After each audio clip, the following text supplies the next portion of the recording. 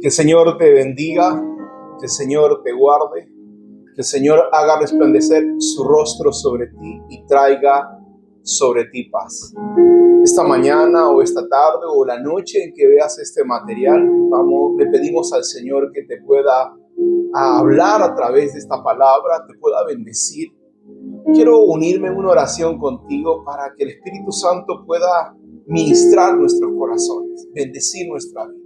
Así que ahí donde te encuentras, quiero orar por ti, quiero orar por esta palabra. Padre, en el nombre de Jesús, yo quiero pedirte que una unción especial, Señor, venga sobre esta palabra. Atamos espíritus de engaño, de confusión, espíritus, Señor, que no permiten, Señor, que tu palabra pueda dar a luz, Señor Jesús, aquello que tú estás queriendo, Padre, en este día. Yo quiero bendecir, Señor, a cada persona que va a escuchar este mensaje, Señor. Declaro que tu palabra, Señor, va a llenar su vida y, Señor, va a llevarlo al cumplimiento del propósito de Dios. Esta mañana yo quiero compartir contigo una palabra que Dios ha estado poniendo en mi corazón. En el congreso que tuvimos hemos hablado acerca del propósito de Dios. Y uno de los temas que me faltó compartir a mí fue acerca de las trampas que te impiden alcanzar el propósito de Dios. Quiero que me acompañes al libro de Mateo capítulo 16. Quiero que puedas acompañarme al libro de Mateo capítulo 16. Este pasaje, Dios se encuentra con sus discípulos, ¿no? Y dice la palabra, Mateo capítulo 16, versículos 21 al 26. Y quiero leerlo contigo en esta hora, ¿no? Quiero que en la Nueva Traducción Viviente, te invito a que puedas tomar tu Biblia, la Nueva Traducción Viviente, Mateo 16 del 21 al 26. Dice la Escritura: a partir de entonces Jesús empezó a decir claramente a sus discípulos que le era necesario, ¿no? Que ir a Jerusalén, dice, y que sufriría mucho y sufriría muchas cosas terribles a manos de los ancianos, de los principales sacerdotes y de los maestros de la ley religiosa. Lo matarían y al tercer día resucitaría. Pero Pedro lo llevó aparte y comenzó a reprenderlo.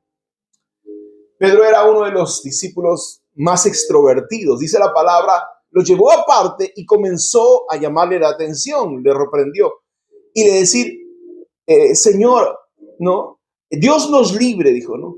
De estas cosas semejantes, que no te sucedan a ti. Dijo, Señor, que estas cosas no te sucedan a ti. El versículo 23 dijo, Jesús se dirigió a Pedro y le dijo, aléjate de mí, Satanás, porque representas una trampa peligrosa para mí. Dice, aléjate de mí, Satanás, porque representas una trampa peligrosa para mí. Fíjense cuán importante es que nosotros entendamos que Dios estaba queriendo hablar con Pedro en el sentido de que Pedro se estaba literalmente oponiendo a que el Señor pudiera cumplir el propósito por el cual él estaba. Así que Jesús le dice otra vez, versículo 23, dice, Jesús le respondió a Pedro y le dijo, aléjate de mí, Satanás, porque representas una trampa peligrosa para mí. Ves las cosas solamente desde el punto de vista humano y no desde el punto de vista de Dios. ¡Wow! ¿No? O sea, ¿por qué Pedro era una trampa peligrosa? Porque la palabra de Dios dice que él miraba las cosas que estaban sucediendo desde el punto de vista humano y no desde el punto de vista de Dios, ¿no? La otra de las traducciones que me llama mucho la atención dice en la Biblia latinoamericana, Jesús le dice, vete detrás de mí, Satanás. Tú quieres hacerme tropezar. Tus ambiciones no son las de Dios, sino son ambiciones de los hombres. Fíjese, qué cambio en esa expresión. Y dice en el versículo 24, seguimos en la traducción viviente, dice, luego Jesús dijo a sus discípulos, si alguno de ustedes quiere ser mi seguidor, tiene que abandonar su manera egoísta de vivir. Otra vez el Señor hablando acerca de este tema, si alguno de ustedes quiere venir en pos de mí, tiene que abandonar su manera egoísta de vivir. Tomar su cruz y seguirme. Si tratas de aferrarte a la vida, la perderás. Pero si entregas tu vida por causa mía, la salvarás. ¿Y qué beneficio obtienes si ganas el mundo, pero pierdes tu propia alma? ¿Hay algo que valga la pena más que tu alma? Hermanos, esta mañana el Señor nos habla, el Señor nos confronta, ¿no? Él le dice a las personas, toma tu cruz y sígueme. Estaba conversando estos días con una de mis hijas y ella me decía, yo no creo que la cruz sea el propósito de Dios. Y yo le estaba explicando por qué razón, hermanos, Dios nos enseña que la cruz sí realmente es el propósito de Dios para cada persona, porque le dice, toma tu cruz. Y no está hablando de un madero, no está hablando de lo que Jesús cargó. La cruz representó para el Señor su propósito, o sea, la razón por la cual estaba aquí en la tierra. Y algo que llegamos a una conclusión que me llamó mucho la atención es que muchas veces queremos nosotros alcanzar el propósito de Dios estando lejos de Dios. Y no podemos nosotros alcanzar el propósito de Dios estando lejos de Dios, es imposible. Tú puedes desarrollar tus talentos, tus habilidades, pero jamás podrás alcanzar el propósito de Dios estando lejos de Dios. El mismo Jesús dice la palabra que le dijo, Señor, si es posible, durante 3 veces le dijo, Señor, si es posible, aparta de mí esta copa. Y el Señor le dijo, y Jesús vuelve a decir al Padre, pero que no se haga mi voluntad sino la tuya. Y en este proceso, cuando Jesús le habla a su discípulo, le dice, apártate de mí, Satanás, porque representas una trampa peligrosa para mí. La pregunta que viene a mi corazón cuando leemos este pasaje es, ¿cómo Jesús sabía cuál era su propósito? ¿Cómo sabemos cómo sabía Jesús que iba a sufrir y ser ejecutado? Porque el propósito de Dios, hermano, solo lo podemos encontrar en nuestra comunión con el Señor. Lejos del Señor, tú no vas a encontrar tu propósito. Viendo televisión, estando en las redes sociales, perdiendo el tiempo, tú no vas a encontrar tu propósito. Por eso, mucha gente, yo le decía en la conferencia, le decía a las personas, hay 3 tipos de personas en la vida. Gente que nunca, hermanos, encontrará su propósito. ¿Por qué? Porque este mundo los atrapó. Una de las trampas dice, no améis al mundo, porque en el mundo están los deseos de los ojos, los deseos de la carne y la vanagloria de esta vida. Porque el mundo te atrapa y te envuelve y jamás conoces tu propósito. Gente que nunca conocerá su propósito. En segundo lugar, tenemos las personas que encontraron su propósito, pero no cumplieron, no terminaron su propósito, no cumplieron el propósito de Dios porque se apartaron de Dios. Un ejemplo de ellos es Saúl. Saúl se encontró con un profeta, Dios le muestra el propósito de Dios, pero Saúl termina alejándose de Dios. Y el tercer tipo de personas son aquellos que comenzaron y a pesar de las circunstancias terminaron bien. En ellos vamos a encontrar a Moisés, a Elías, el mismo Jesús, a Pablo, que terminaron el camino por el cual Dios los estableció. Ahora, recuerda una cosa. El propósito de Dios solo lo podrás encontrar en una estrecha relación con Dios. Es imposible que puedas cumplir el propósito de Dios sin tener comunión con Él. Por esto Satanás quiere impedir a toda costa que nosotros podamos tener una relación con el Señor. Estaba viendo un informe que la gente se distrae, dice, el tiempo de atención de las personas ha disminuido. ¿Sabe cuánto es el tiempo de atención de una persona? Son 12 segundos. A los 12 segundos está viendo el celular, a los 12 segundos está mirando, qué sé yo, un árbol, está perdido.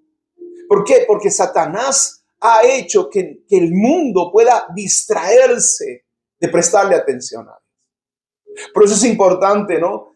Cuán importante es que estaba mi hija Grace, decía, papá, vamos a la iglesia con una Biblia. Yo estaba llevando mi celular. Una Biblia, no como un celular, sino una Biblia que puedas leer, porque el celular de repente te entra mensajes, te entra, ¿cómo se llama? WhatsApp, y te distraen. Pero es importante que llevemos una Biblia a la casa del Señor. Ahora, yo quiero comenzar enseñándote esta mañana qué significa una trampa. Jesús le dice a Pedro, no seas una trampa, tú eres una trampa peligrosa para mí. Ahora, ¿qué es una trampa? Estaba estudiando y la trampa es un dispositivo, fíjese. La trampa es un dispositivo, es un instrumento, es una jaula, es algo que se crea para poder atrapar a alguien o algo. Una trampa es una técnica, también se conoce a la trampa como una técnica. Es una habilidad, una destreza que tenían ciertas personas para embaucar, para engañar. Una de los objetivos de una trampa es engañar a la persona. Una trampa también es una táctica. Una táctica es un método para ejecutar un plan. Muchas veces cuando se quiere engañar a alguien, la gente planifica las cosas. Y por último, una trampa es un desafío, es un ardid. Y el único motivo que tiene este ardid es perjudicar a esa persona. El objetivo de toda trampa, recuerda, el objetivo de toda trampa es atrapar a la presa con engaños. Es detectar, es capturar, es cazar. Una de las cosas que estudiando me llamó la atención, dice que la trampa es para cazar. Es para tomar prisionero, es para tomar cautivo, es para destruir, para matar, para echar a perder. Fíjese, la trampa no solamente tiene el objetivo de cazar, sino el objetivo final de una trampa es matar a una persona. Matar el propósito de Dios. Las trampas, hoy quiero compartir de 8 trampas. Voy a tratar de terminar, pero si no, la próxima semana vamos a seguir con la segunda parte. El objetivo de toda trampa es no solamente es cazar, sino el final de una trampa es destruir a la persona, es matar. Todo cazador sabe que hace la trampa no para, hermano, solamente cazar la presa, sino para matarla. Entonces, tenemos que tener en cuenta que la trampa es para engañar, para, hermano, porque cuando una trampa se hace es para engañar y para hacer a alguien víctima de un engaño. Y entonces la mayor trampa es pretender, hermano, hacernos a nosotros, Satanás quiere que nosotros sirvamos a Dios, es pretender hacer la obra de Dios y al mismo tiempo vivir lejos de Dios. Yo quiero que tú entiendas que Satanás, si no impide que encuentres tu propósito, te va a llevar a que tú honres más el ministerio que a Dios. Honres más las bendiciones que Dios te ha dado que a Dios. La Biblia dice, hermano, que Pablo llegó la Biblia dice en Romanos capítulo 9, 35, quiero que me acompañen. Y de eso estábamos hablando hace unos días con los líderes de nuestra iglesia. Romanos capítulo 9, versículo 3 dice la palabra. Pero mi pueblo, dice, Pablo está hablando, no, por mi pueblo, dice Pablo, mis hermanos judíos, yo estaría dispuesto a vivir bajo maldición para siempre, separado de Cristo, si eso pudiera salvarlos. Miren, el amor de Pablo por su pueblo llegó a tal punto de que él perdió la perspectiva. La Biblia dice, Pablo dice, yo estaría dispuesto a vivir bajo maldición para siempre, separado de Cristo, si eso pudiera salvarlos. Nosotros no podemos, hermano, amar más el propósito que a Dios. Yo quiero que tengamos un balance. Cuán importante es que podamos encontrar el diseño de Dios, el propósito de Dios, pero jamás podamos amar más al propósito que a Dios del propósito. Muchas veces hemos amado más la bendición que Dios nos ha dado que al Dios de esa bendición. Yo he visto, la Biblia habla, hermanos, de Elí que dice, no corregía a sus hijos. El Señor le llama la atención, dice, has amado más a tus hijos. Has amado más a tus hijos que a mí. Le has dado de las ofrendas. Por eso, cuán importante es que nosotros en este tiempo entendamos, podamos comprender, hermano, ¿Qué es lo que Dios realmente está queriendo enseñarnos, hablarnos, ministrarnos? Porque, y poder tener la sabiduría suficiente, creo en alcanzar el propósito de Dios. Pero no creo en que nosotros, hermanos, nos convirtamos, amemos más al propósito de Dios, las bendiciones de Dios, que al Dios que nos entregó todas esas cosas. Yo te pregunto en esta mañana, ¿has encontrado tu propósito? ¿Estás amando más el propósito de Dios que al Dios de nuestro propósito? ¿Hace cuánto tiempo no tienes tiempos de ayuno, de búsqueda con el Señor? A veces, hermano, pasamos horas, días, no solamente viendo en las redes sociales, sino viendo la televisión, series de películas, y no podemos tener un tiempo para Dios. Entonces yo te pregunto, en esa condición jamás podrás alcanzar los sueños y los propósitos. A veces nos quejamos y ponemos en plan de víctimas. Y mi amado hermano tiene que salir de ser víctima y de quejarse a arrepentirse y decir, sí, lo hice mal, voy a buscar a Dios, porque Dios es el único que me puede ayudar a alcanzar el sueño que Dios ha puesto sobre mí. Y hoy quiero comenzar compartiendo los primeros 4 trampas que la Biblia nos enseña que hay en este camino, en este proceso. La primera trampa que tenemos que cuidarnos y tenemos que tener cuidado es la trampa del sufrimiento, de la persecución. Mire, la Biblia dice, volvamos al libro de Mateo, capítulo 16.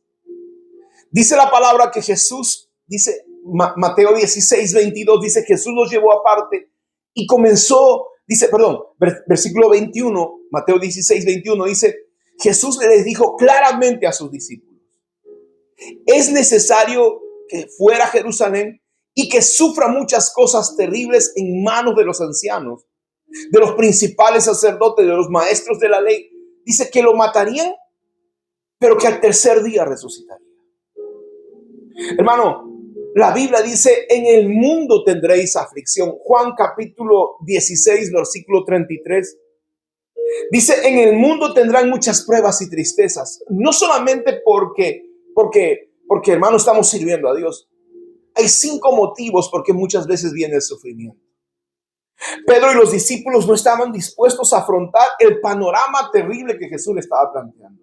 Me voy a ir, los voy a dejar, voy a sufrir, voy a ir a la cruz. O sea, tal vez usted dice, sí, la cruz, no, pero para ellos estaba diciendo, voy a ser ejecutado.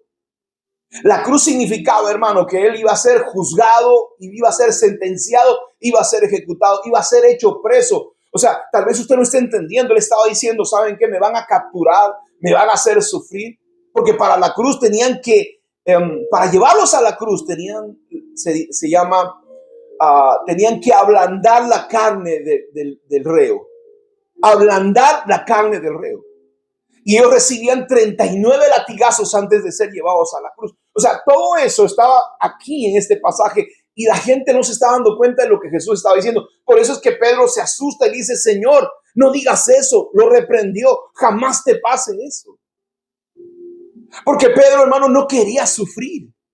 No quería pasar por esa situación perdiendo a su maestro. Hermano, necesitamos saber que no podemos evitar el sufrimiento. Hay 5 razones por las cuales muchas veces sufrimos. La primera, hermano, el sufrimiento viene porque estamos en un mundo caído.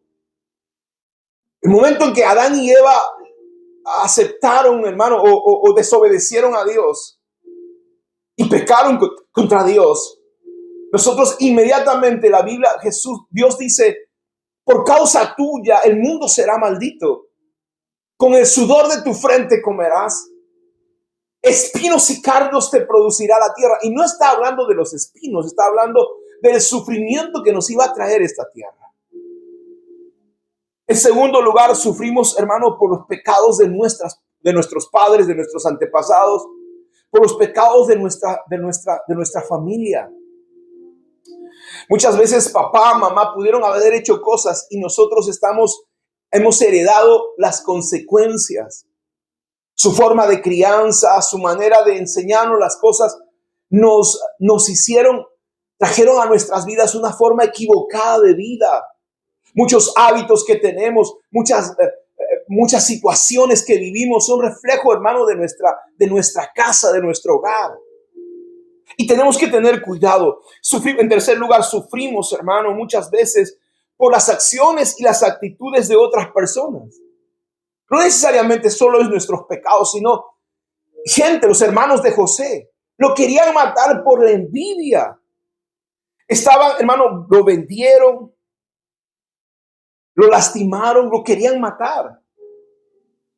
Y vamos a sufrir porque hay gente que toma decisiones equivocadas en la vida. Y vamos a sufrir también, hermano, porque nosotros le provocamos momentos de dolor a las personas. No solamente la gente nos provoca momentos de dolor, sino nosotros le provocamos momentos de angustia, de tristeza. En cuarto lugar, el sufrimiento viene muchas veces por nuestros propios pecados. A veces cuando nosotros tomamos decisiones, fallamos, tomamos decisiones equivocadas en nuestra vida, vamos a hacer sufrir a la gente que está a nuestro alrededor.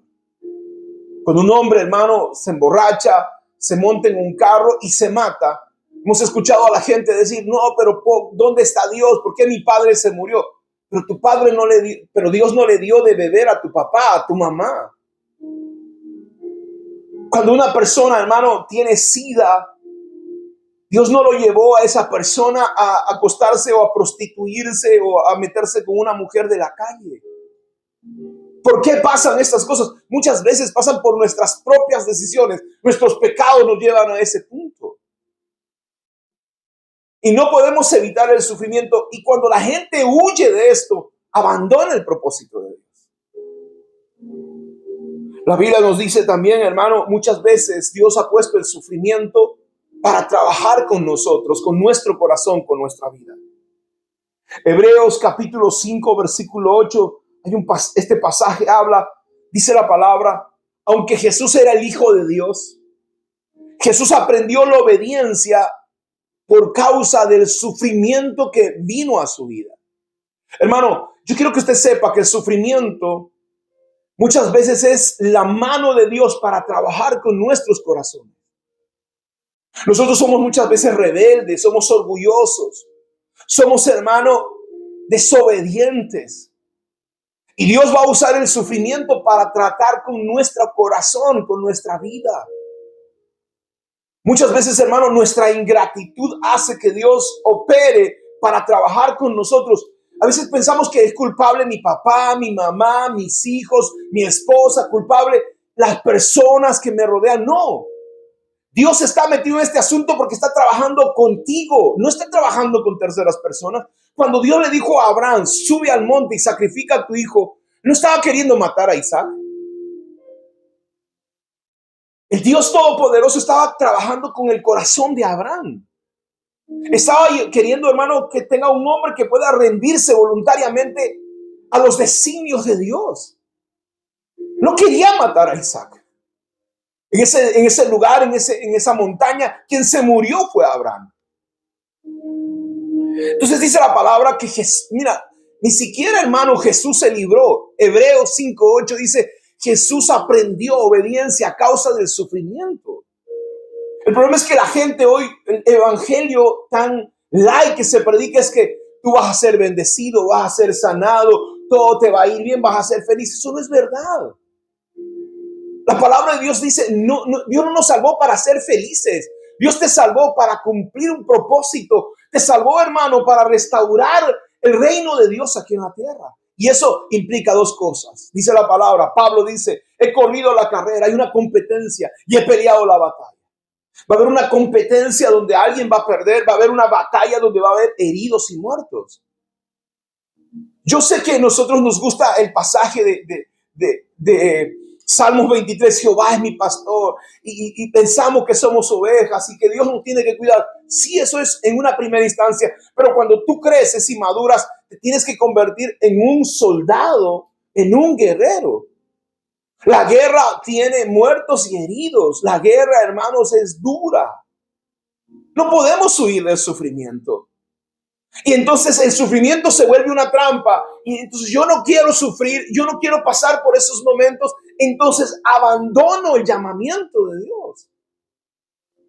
Y no eres la única persona que tal vez está sintiendo eso, porque Elías dijo: quiero morirme.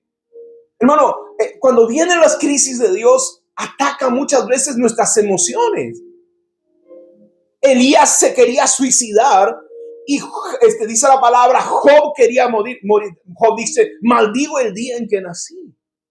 Jeremías dijo: maldita la persona que le dio la noticia a mi madre que le nació un varón. Amado, o sea, tienes que entender que el sufrimiento es parte de esta vida porque estamos en un mundo caído. Y si te predicaron un evangelio fácil, un evangelio de felicidad y de alegría, lo siento, te mintieron miserablemente. Una trampa tan terrible es el sufrimiento y la persecución que la gente le tiene miedo a eso. Pero tú te vas a dar cuenta que todos los hombres de Dios, una persona decía: pero Dios no es que todos quiere que todos seamos grandes. Y quiero que sepas una cosa: cuando Pablo muere, Pablo no sabía que iba a ser iba a ser una gran bendición para nuestra generación. Él murió, hermano, en una situación tan difícil, fue ejecutado. Moisés no tenía el glamour, no había televisión, no había redes sociales, nadie le daba like. Moisés muere en una situación donde Dios se lo lleva en un monte. Elías, todos los hombres de Dios. O sea, cuando nosotros hablamos de grandeza, no estamos hablando, la grandeza es la que la conocemos ahora, que son hombres tremendos de Dios. Pero pregúntale a los hombres de Dios qué cosas están atravesando, qué han pasado en su vida. Y te vas a dar cuenta que realmente hay situaciones muy duras y difíciles que está atravesando esa persona. Así que esta mañana yo te invito, mi amado hermano, a que medites, no huyas, no huyas de aquello que Dios está queriendo para tu vida. No huyas de aquel proceso de Dios para ti. En segundo lugar, yo quiero compartirte esta mañana el hecho de lo que Dios está queriendo hacer en nuestras vidas. Lo segundo que Dios está trabajando o que se convierte en una trampa para nosotros es el no obedecer las instrucciones de Dios. Lo segundo que muchas veces se va a convertir, hermanos, en una trampa, nuestra desobediencia, no obedecer las instrucciones. Y yo quiero que vayas conmigo a un pasaje que realmente nos va a enseñar que tenemos que rendir nuestra voluntad a Dios. El libro de Lucas, capítulo 2. Quiero que vayas conmigo a Lucas 22.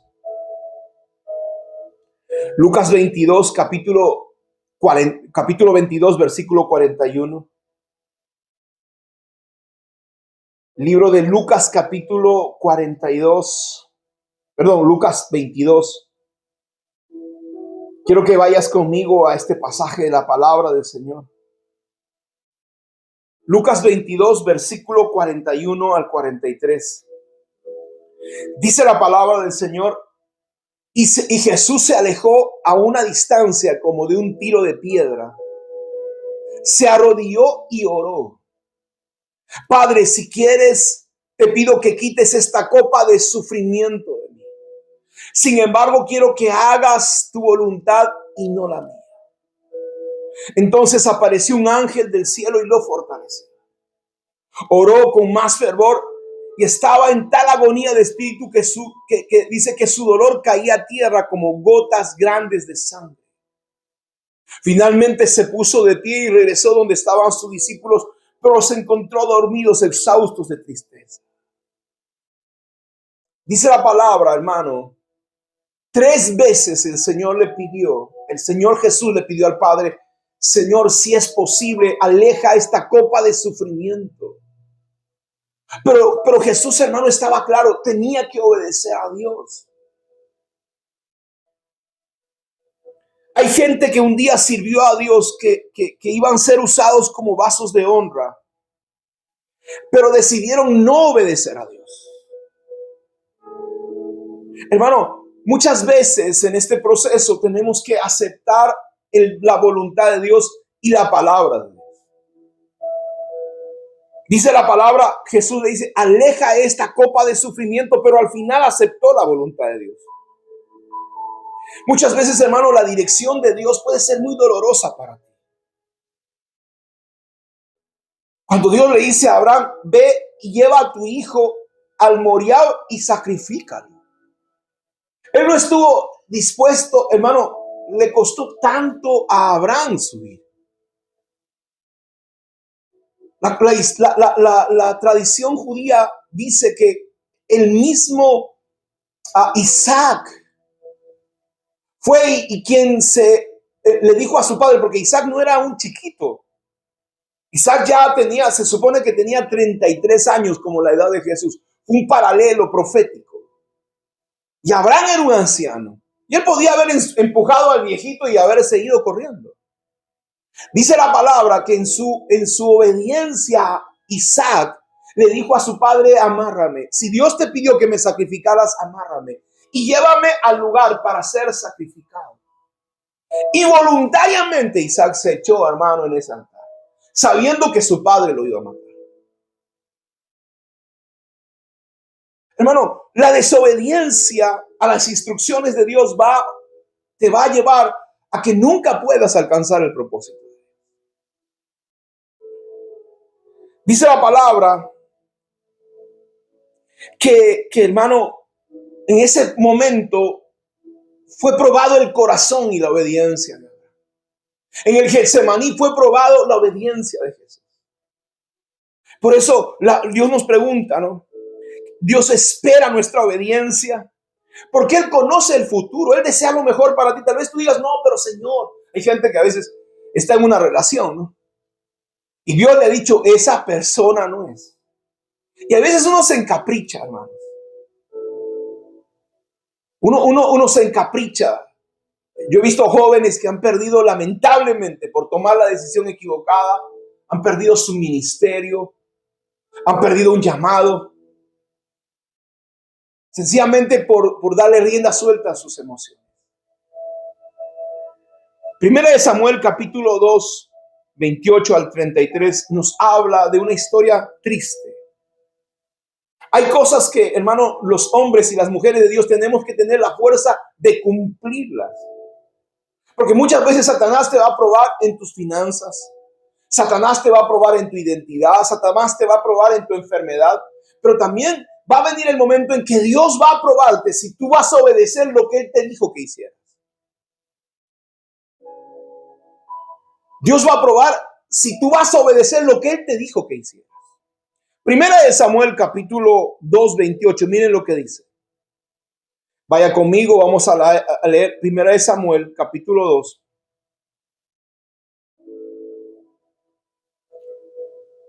Versículo 27. Primera de Samuel 2, 27. Miren lo que dice la palabra. Cierto día un hombre de Dios vino a Elí y le dio el siguiente mensaje del Señor. Cuando el pueblo de Israel era esclavo en Egipto, yo me rebelé a tus antepasados, le dice. Le dijo a Elí, el profeta le está diciendo al sacerdote Elí. Elegí a tu antepasado Aarón de entre todas las tribus de Israel para que fuera mi sacerdote, para que ofreciera sacrificios sobre mi altar, quemar incienso y vistiera el chaleco sacerdotal cuando me sirviera. Y les asigné las ofrendas de los sacrificios a ustedes, los sacerdotes. Entonces le dice Dios, el profeta le dice al sacerdote, ¿por qué menospreciaste mis sacrificios y ofrendas? ¿Por qué les das más honor a tus hijos que a mí? Pues tú y ellos han engordado con lo mejor de las ofrendas para Israel.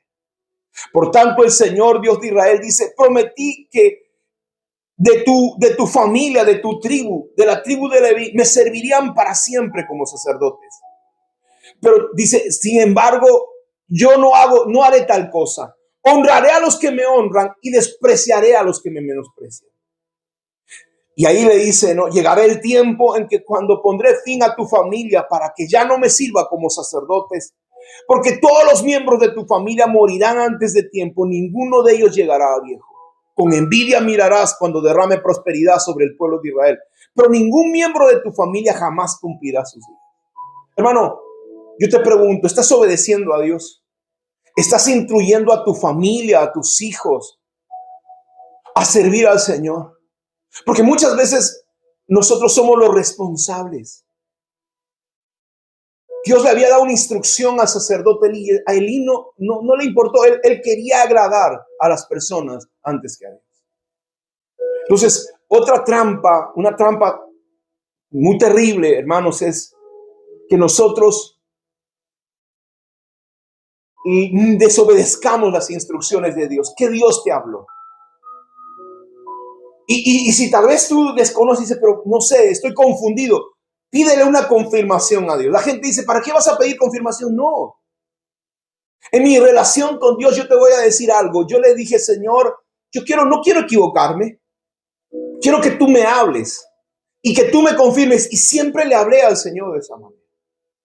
Y Dios no tiene ningún problema en volvértelo a decir. Si tu deseo es obedecer, Dios te lo va a decir. En tercer lugar, otra de las trampas más grandes que te vas a encontrar en este proceso es la trampa del orgullo, de la soberbia. Y quiero que vayas conmigo a 1 de Samuel, capítulo 15. Al primer libro de Samuel, al capítulo 15, dice la palabra del Señor en el versículo 12. Algo que tenemos que tener cuidado todos los hombres de Dios. Dice la palabra del Señor. Mire, hermano, este pasaje. 1 de Samuel, capítulo 15, versículo 12. Temprano a la mañana siguiente, Samuel fue a buscar a Saúl.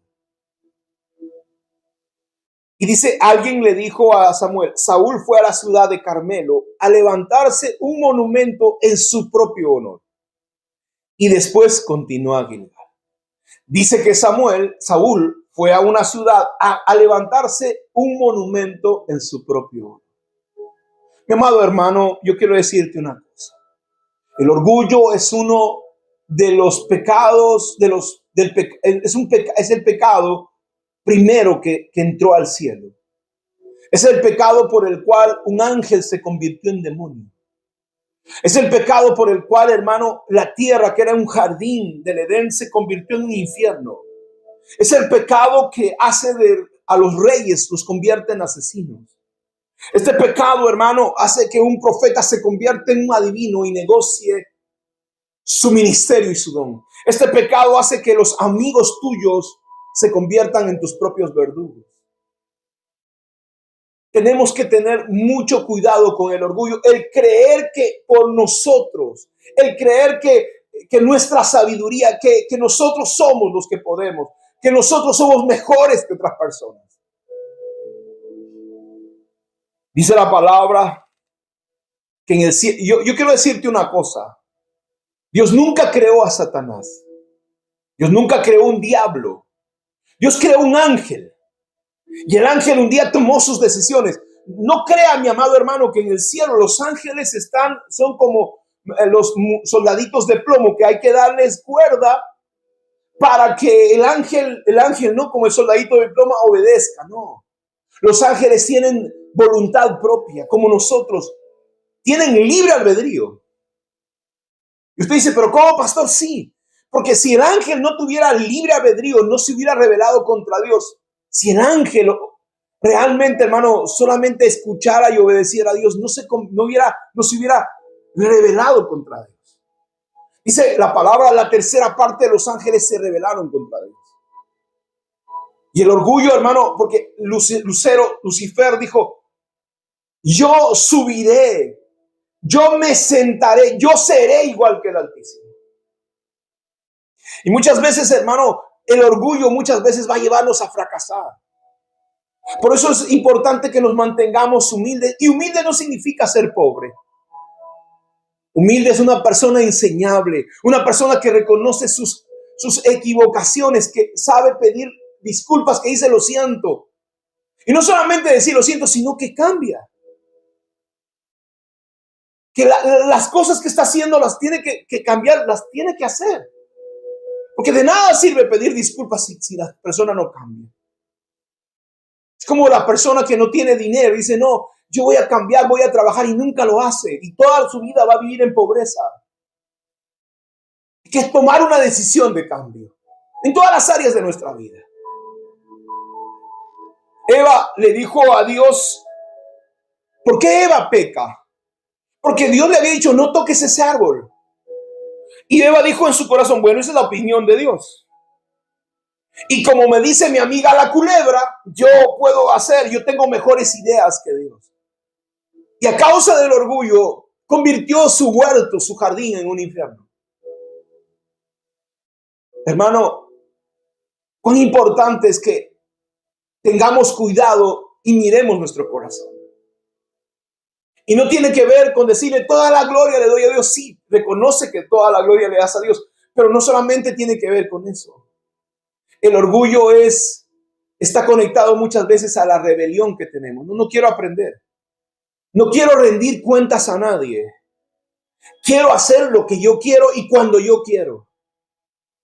Por eso, hermano, Dios estableció en su palabra mandamientos, estatutos para que nosotros podamos ceñirnos a eso. Y yo creo que tú sepas que las bendiciones son condicionales, que Dios no te va a dar las cosas de regalado. Yo le decía en esta semana a una persona, yo voy a apoyar y voy a bendecir a quien sirva a Dios. No puedo aplaudir, no puedo ayudar, no voy a bendecir a nadie que no quiera servir a Dios. Y aunque la gente me diga, no, pero yo lo puedo hacer, yo puedo servir a Dios a mi manera. Lo siento mucho, no puede ser a tu manera. Hay establecido mandamientos, formas, protocolos para servir a Dios. ¿Y sabe qué cosa? Tu amor a Dios, yo lo puedo ver. Realmente tu relación con Dios se nota. Porque a una reunión de amigos tú llegas temprano, pero a la iglesia llegas tarde. Porque tú puedes gastar dinero en una situación de, qué sé yo, de diversión, pero tú no puedes dar tus diezmos. O sea, tu relación con Dios se nota. Perdóname, pero aunque tú me digas no, pero es algo personal, sí, pero eso se nota.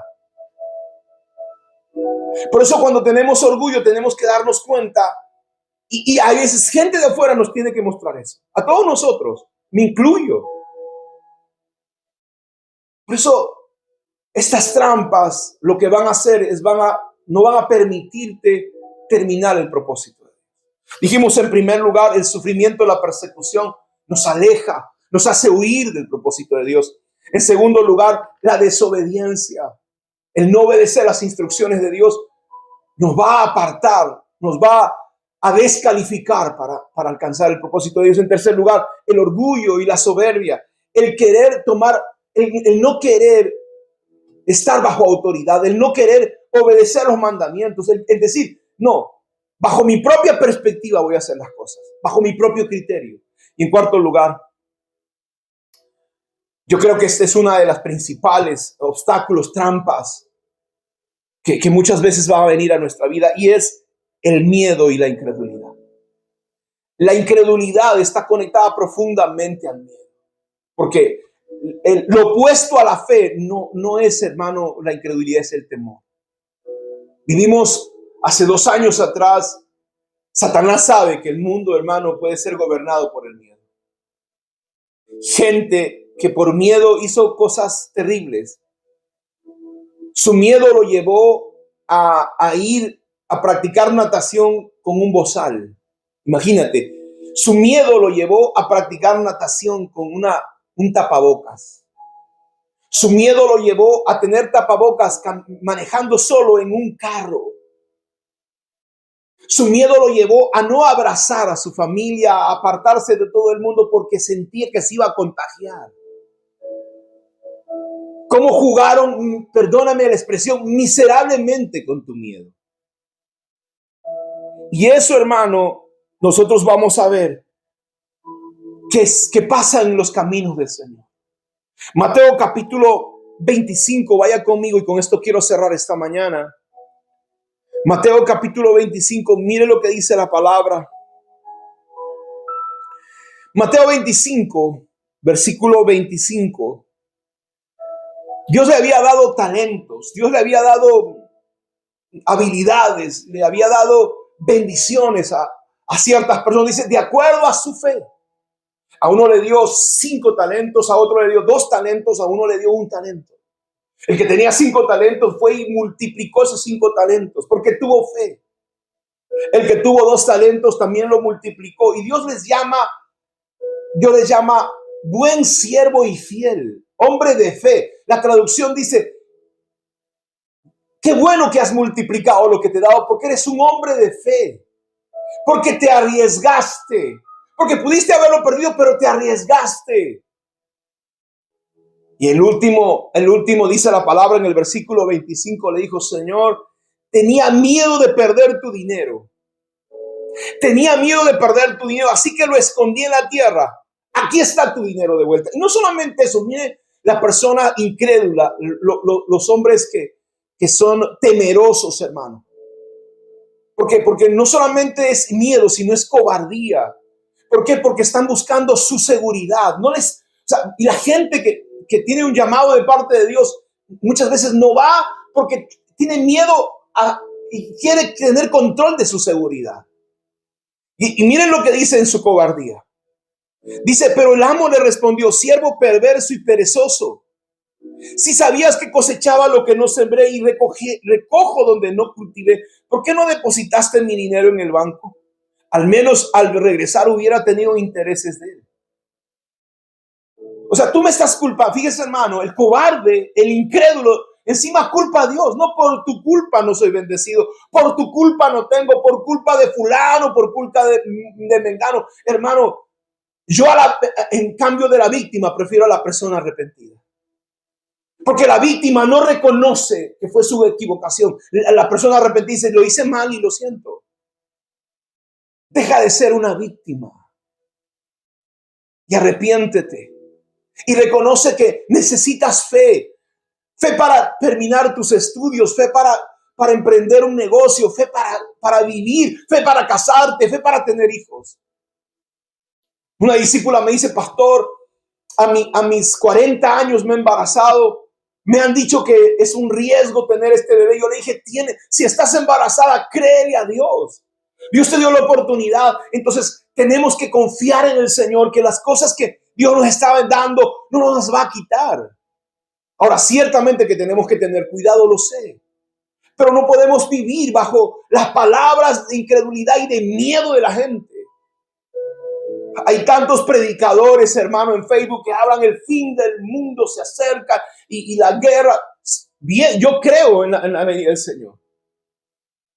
Pero ¿sabes qué cosa? La pregunta es, ¿has hecho algo? ¿Estamos haciendo algo respecto a eso? Yo te pregunto, ¿qué estás haciendo tú para acelerar la venida del Señor? ¿Qué tú estás haciendo? El tipo dice, tuve miedo, escondí tu talento.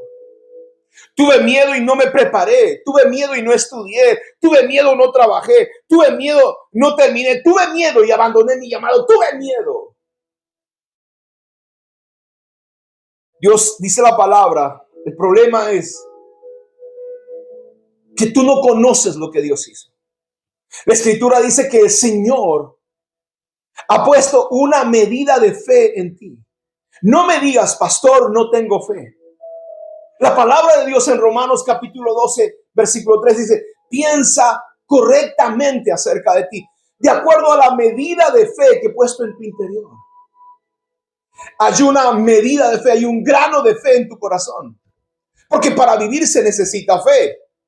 Para salir de tu casa vas a necesitar fe. Para casarte vas a necesitar fe. Para tener un hijo vas a necesitar fe. Para ir en la mañana al trabajo vas a necesitar fe. Porque te puedes chocar.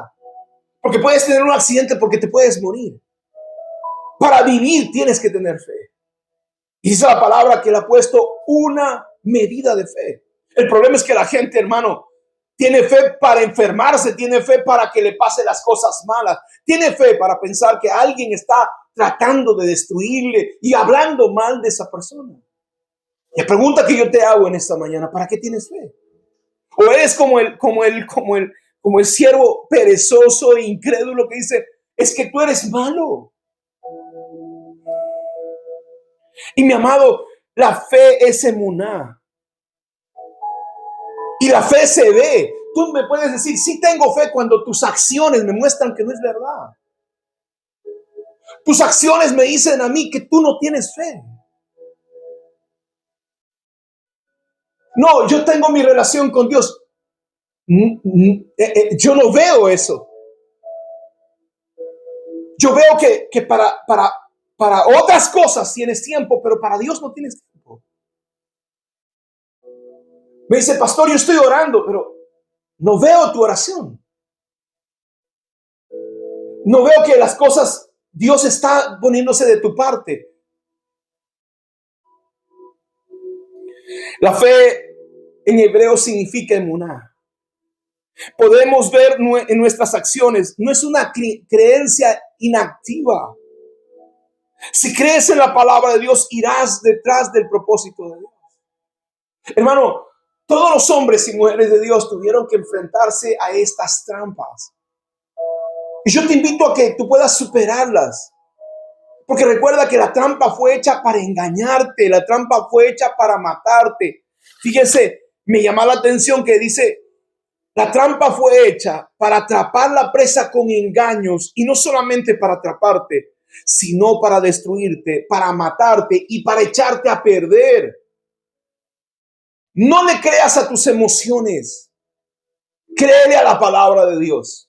No le creas a lo que dice la gente, créele a lo que dice la palabra de Dios. No le creas a los falsos y profetas mentirosos, créele a la palabra de Dios. No permitas que estas trampas te hagan terminar, hermano, como Saúl, muerto, suicidado. No permitas que estas trampas te hagan terminar como Elí, desechado por Dios, porque prefirió a su familia, a sus hijos, antes que, hermano, obedecer las instrucciones de Dios. Un hombre de Dios decía en el Congreso, la gente dice, no, primero en la familia, el día domingo. ¿Y por qué no tomas un día de la semana y el domingo los llevas a la casa de Dios, a buscar a Dios y a servir a Dios? Nos engañamos con, hermano, bonitas frases. La pregunta es, ¿qué cosa te dijo el Señor que hicieras?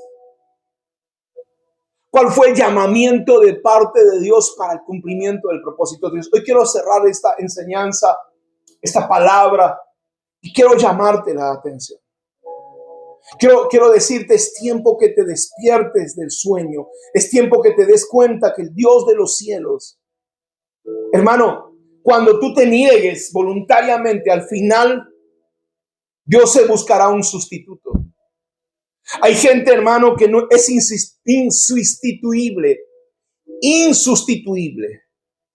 Dios no quiso buscar un sustituto con Moisés, le esperó 40 años. Hay gente que es insustituible como Jonás. Había más profetas, pero dijo, no, yo quiero que tú vayas. Hay gente insustituible como Elías, pero hay gente sustituible. Dios sustituyó a Saúl. ¿Por qué? Porque Saúl, hermano, se llenó de orgullo. Dios sustituyó a Judas, porque a Judas no le importó que había sido llamado por el Dios eterno, por el Mesías. Dios sustituyó hombres y mujeres que durante mucho tiempo Dios le habló una y otra vez y no quisieron hacer absolutamente nada respecto a su llamado. Perdóname, ¿quién eres tú? ¿Eres un hombre insustituible o eres un sustituible? ¿Y cómo yo sé eso, pastor? Es las decisiones que tú vas a tomar en la vida. Yo te bendigo en esta mañana y yo le pido al Dios del cielo que en su misericordia te alcance y que venga su gracia sobre ti. Porque, querido, amado amigo, si nosotros caemos en esta trampa, no podremos salir de esta situación. Donde te encuentres, déjame orar en esta mañana por ti. Y déjame pedirle a Dios que te habla, que te confronte, que te lleve.